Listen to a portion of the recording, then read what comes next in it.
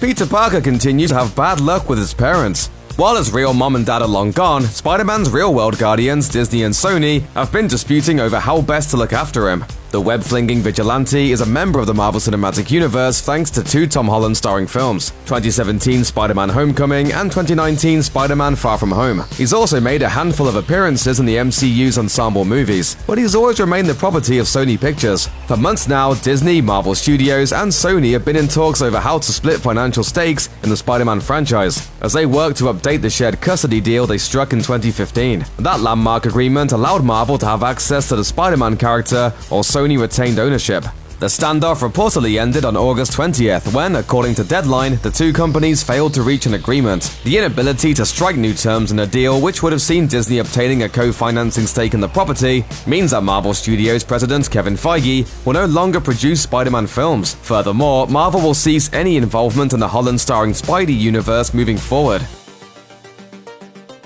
meaning that Spider-Man is swinging away from the MCU and crawling back into Sony's web. Deadline sources indicated that the talks ended because of a disagreement over money. Disney is said to have requested a 50% co-financing stake in future Spider-Man films, of which there are reportedly two, anticipated to feature both actor Tom Holland and Jon Watts returning in the director's chair. The talks also involve Disney potentially extending that stake into other Spider-Man adjacent films, like the growing Venom franchise. A 50% stake is a hefty increase from Marvel Studios' current share of the Spider-Man movie series, which is 5% of first dollar gross, or the money that a film makes during its first day out in theaters. Sony wanted to keep that deal intact. Disney didn't. And so Disney came forward with its own proposition. As Deadline's Mike Fleming Jr. put it, Sony executives, quote, turned that offer down flat, apparently not even approaching Disney with a counteroffer. According to the report, the studio had no interest in splitting ownership over what has become its most commercially successful franchise.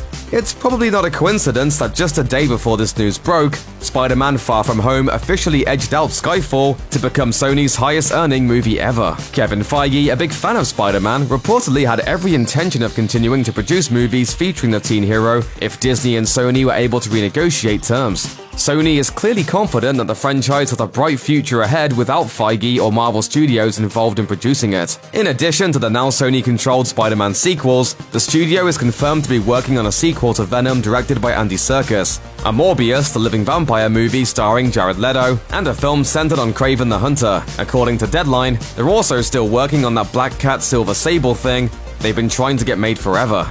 The big question surrounding this news is how it will affect the MCU, which has heavily featured Spider-Man in its overarching narrative up to this point. In just a handful of movies, Holland's Spider-Man went from a spunky kid who played pinch hitter during one tense airport battle to a universe-traveling hero who had put his life on the line to save other people. Peter Parker also developed a deeply moving dynamic with Tony Stark, serving as his protege on the rise and standing as the closest thing to a son that Tony ever had. For Marvel fans, now it looks like they're both gone. It seems like Spider-Man will never again cross paths with other MCU heroes, and will instead spend his next few movies cozying up to characters in Sony's Spidey universe.